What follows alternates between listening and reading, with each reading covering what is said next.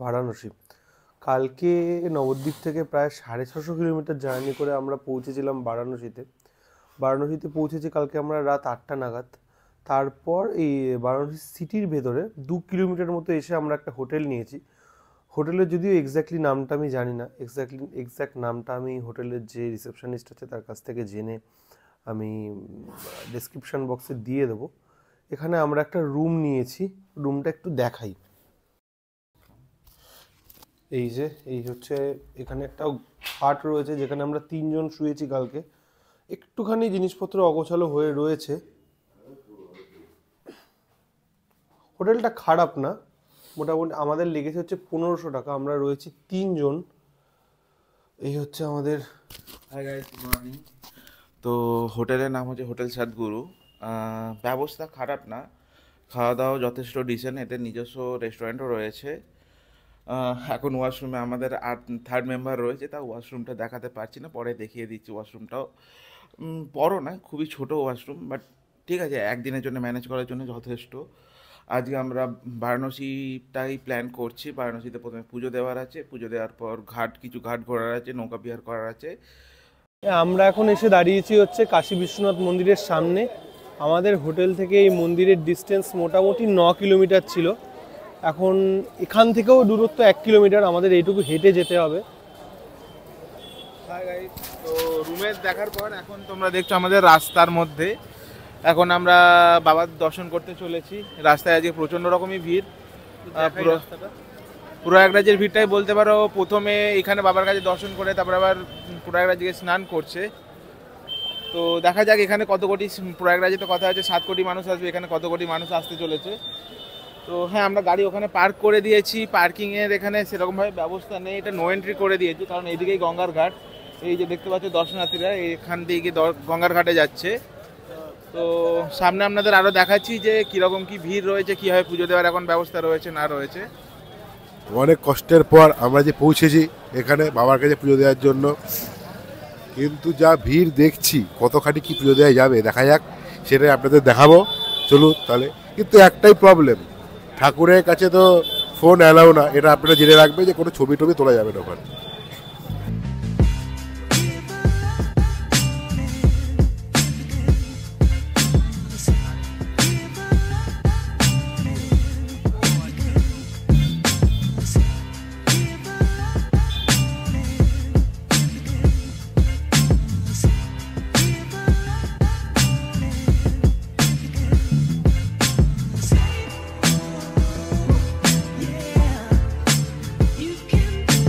প্রচন্ড ভিড় চারিদিকে।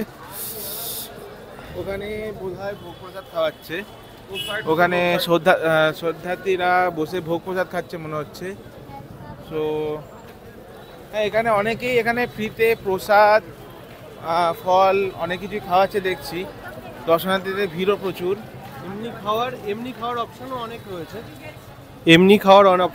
রয়েছে। এখানে পরপর দোকান রয়েছে যেখানে খাওয়া সম্ভব। যদি ভালো বাজেটের হোটেল চান, হোটেল রয়েছে এখানে।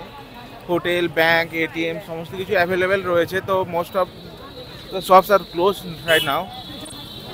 কিছু ফরেনারও রয়েছে এখানে তার মধ্যে। এখানে আমাদের ট্যাকো একটা টোটোকেও মেরে দিয়েছিল, ঠিক আছে।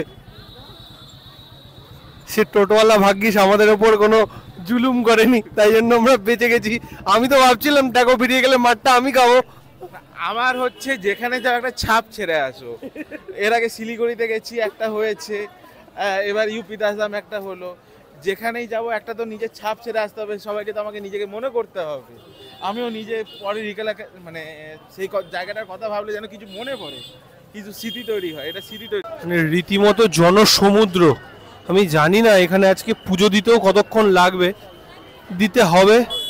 এসছি বাবার কাছে।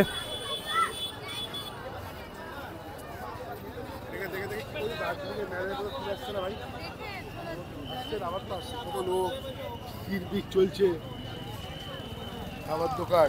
আবার কি যে পুলিশরা গার্ডরা এখানে রয়েছে তাদের কাছ থেকে আমরা খবর পেলাম অত্যাধিক ভিড়ের জন্য এই মুহূর্তে যে মন্দিরের মেইন 4টে গেট সেখান দিয়ে যে ঢুকতে দেওয়া হচ্ছে না, উল্টো দিকের একটা রাস্তা দিয়ে ঘুরে যেতে হচ্ছে, সেখান দিয়েই আমরা যাচ্ছি। কি আপডেট হয় সেটাও দেওয়ার চেষ্টা করব, দেখা যাক কি হয়।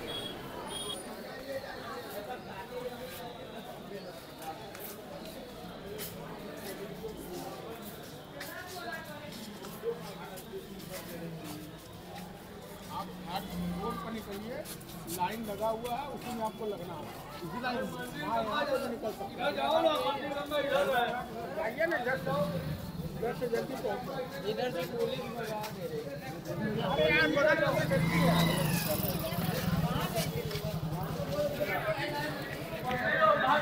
বেনারসের সব বিখ্যাত গলি এগুলোই আমরা ইউটিউবে দেখতাম, আজকে নিজে এসেছি, খুব ভালো লাগছে।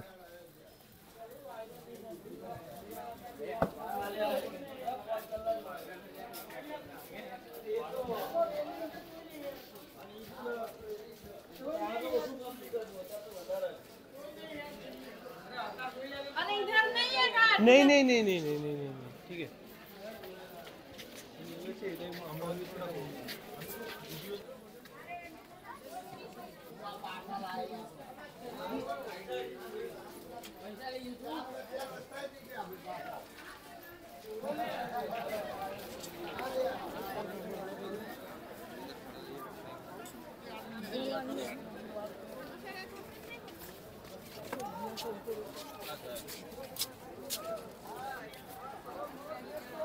আমরা এখানে পুজো দিতেই এসেছিলাম। এই একটু লাইনটা দেখাও।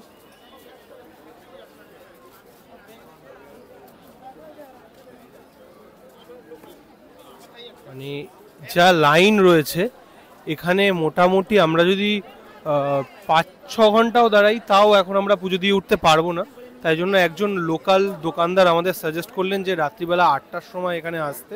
8টার সময় যদি আমরা পুজো দিতে এখানে আসি তাহলে আমরা আরতিও দেখতে পাবো এবং আমাদের 10টার মধ্যে পুজো দেওয়াও হয়ে যাবে। আমরা সেটাই করব ভাবছি। এখন একটু ঘাটের দিকে যাচ্ছি। আমরা এসছি হচ্ছে বারাণসীর বিখ্যাত যেন নাম চাচা কচুরিওয়ালার কাছে। এখান থেকে আমরা নিয়েছি হচ্ছে 1 প্লেট কচুরি, যেখানে আছে 4টে কচুরি, তরকারি আর হচ্ছে একটা জিলিপি, যার দাম নিয়েছে 80 টাকা। তা খেয়ে দেখি কেমন।